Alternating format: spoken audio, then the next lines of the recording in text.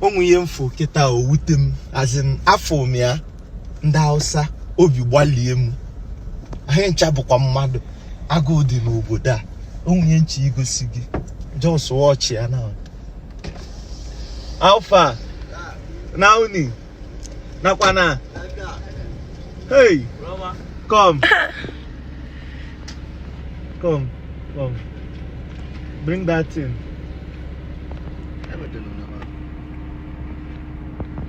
Negodu popo na acha. Bring that knife.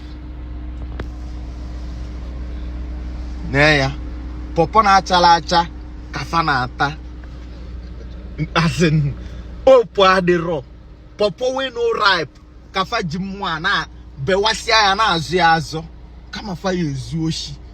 If for how you to see a suffer. If you ever and the mother now for the people na suffer no boda. Ona accord the qua, ona accord the ebenine. No to Sunday tatabu 5th 2024 February. Ona kafano na atia, ano katabola pota. Onya aputazia zuo shimo bubule ebwe. Asino ya, ne ye madu na agabiga no boda. Come, I go give you now 20,000. Me wanna take buy something. You hear me? I go give you 20,000.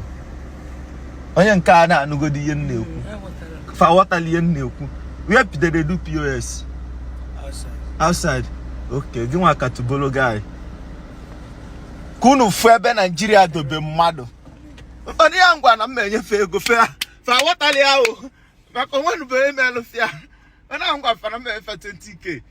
Fa water ya fe believe li ya. An ma bia na zo a. Ọzọ si na m sukwa moto m ka nse su ya ndị mmadụ asị na ndị rough.